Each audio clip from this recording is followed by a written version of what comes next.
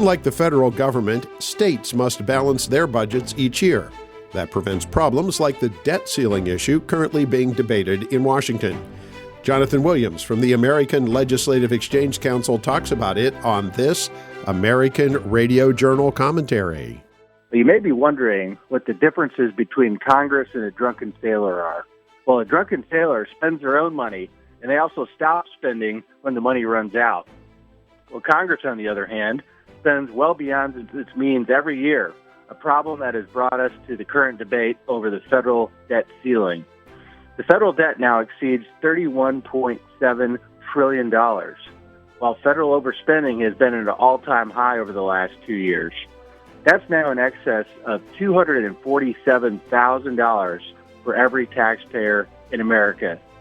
While these are massive numbers, the sad truth is it's very easy to become desensitized to the magnitude of $1 trillion. So let's consider this for a minute. 1 million seconds would take us back 11 days. 1 billion seconds would take us back to the year 1991. But 1 trillion seconds would get us to the year 30,000 BC. And 31 trillion seconds is almost 1 million years ago. Let that sink in for a moment as we consider the magnitude of our debt in the United States today. Spending at these current levels is unsustainable, clearly, and has abhorrent economic consequences, no matter how many times the debt ceiling is raised or suspended. For example of this, consider the last time the debt ceiling was raised in December of 2021, and the fact that inflation hit record levels in 2022. If Congress fails to start implementing fiscally responsible policies, Americans will pay the price in higher taxes, which are already at all-time high, and foregone economic growth.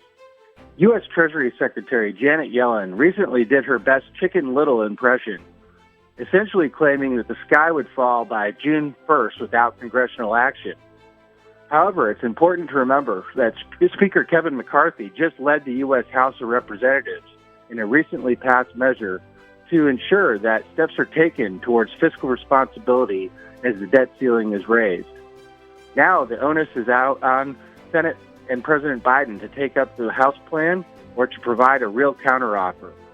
Also note that continued record high federal tax revenue will continue to flow into the government coffers, and Secretary Yellen will have money to continue paying the important bills. The problem is that she will have to prioritize the spending, and as a result, discretionary spending will be the last bills to be paid. The solutions offered in the recently passed House plan include returning federal spending to 2022 levels, capping the federal budget at 1% growth annually, rolling back wasteful spending from the Inflation Reduction Act, or the so-called Inflation Reduction Act, and implementing work requirements for welfare benefits. These are all strong first steps on the long road back to federal fiscal recovery. Congress would do well to look to the 50 laboratories of democracy in the states, where 49 of the 50 states have balanced budget requirements in their law or their constitutions, contrary to Washington, D.C. Additionally, several states have real tax and expenditure limits, or TELs, like keeping a lid on spending in a reasonable way, such as Colorado's Taxpayer Bill of Rights, which is the most well-known of state spending limits. Many states employ priority-based budgeting, outlined by us at ALEC in the State Budget Reform Toolkit, and something that can really help avoid disastrous spending sprees like the so-called Inflation Reduction Act at the federal level. Most good ideas do come from the states or local units of government, of course from the people themselves. And once again, our system of competitive federalism points us to the right policy ideas that can help address some of the most challenging policy issues at the federal level. Emulating the examples of free market fiscal responsibility in the states is key to avoiding the debt trap like we are facing right now in Washington, D.C. Perhaps if Congress and President Joe Biden practice a little bit more common sense, kitchen table budgeting, which prioritize government services that are really essential to the core purposes of government, we wouldn't be facing the debt limit debate yet again.